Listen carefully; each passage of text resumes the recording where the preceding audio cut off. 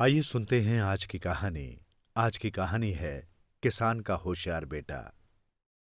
एक भीमपुर नाम के गांव में रमेश नाम का किसान रहता था। वो किसानी करके और अपने पेड़ों की लकड़ियां बेचकर अपना गुजारा करता था। एक दिन वो लकड़ियों को बैलगाड़ी में डालकर बेचने के लिए दूसरे गांव गया।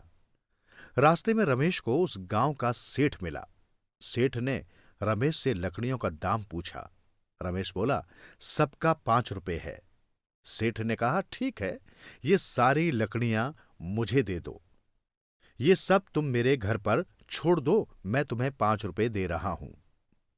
रमेश लकड़ियों से भरी बैलगाड़ी लेकर सेठ के घर पहुंच गया। रमेश ने लकड़ियां सेठ को दी। सेठ से पैसे लिए और अपनी बैलगाड़ी को लेकर जाने लगा। तो सेठ बोला, तुम ये बैलगाड़ी नहीं ले जा सकते, क्योंकि हमारी बात पूरी बैलगाड़ी की हुई थी। रमेश बोला, ऐसा नहीं होता सेठ जी। सेठ बोला, तुमने गाड़ी का 5 रुपए का वचन दिया था, अब तुम्हें अपने वचन का पालन करना चाहिए। व्यापार में वचन बहुत मायने रखता है। रमेश के बहुत समझाने पर भी सेठ नहीं माना। रमेश खाली हाथ ही घर लौट गया।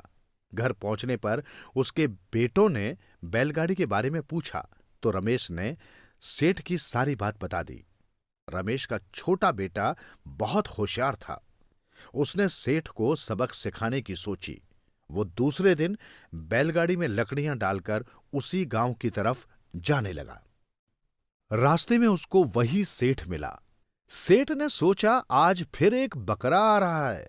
सेठ ने फिर वही बात पूछी, गाड़ी का कितना है? इस पर रमेश का बेटा बोला, केवल 2 मुट्ठी।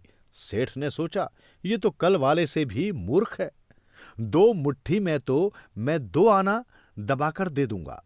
सेठ ने उससे घर पर लकड़ियां छोड़ने को बोला। वो बैलगाड़ी लेकर सेठ के घर पहुंच गया। घर पर पहुंचने के बाद उसने सारी लकड़ियां सेठ को दे दी। सेठ अंदर से अपने दोनों हाथों की मुट्ठियों में 2 आना दबाकर ले आया। उसने रमेश के बेटे से बोला, लो 2 मुट्ठी पैसे। रमेश के बेटे ने चाकू निकाला और बोला, मैंने 2 मुट्ठी पैसे नहीं मांगे, मुझे तुम्हारे हाथ की मुट्ठियां चाहिए। वो सेठ के हाथ काटने को आगे बढ़ा। सेठ घबराकर मना करने लगा तो रमेश का बेटा बोला, तुमने वचन दिया है और व्यापार में वचन बहुत मायने रखता है। फिर शंकर के बेटे ने उसे एक दिन पहले वाली सारी बात बोली। उसने कैसे उसके पिता रमेश को ठगा था। फिर सेठ ने उससे हाथ जोड़कर माफी मांगी, उचित मूल्य दिया। इस तरह रमेश के बेटे ने अपनी होशियारी की वजह से अपने परिवार को ठगी से बचा लिया।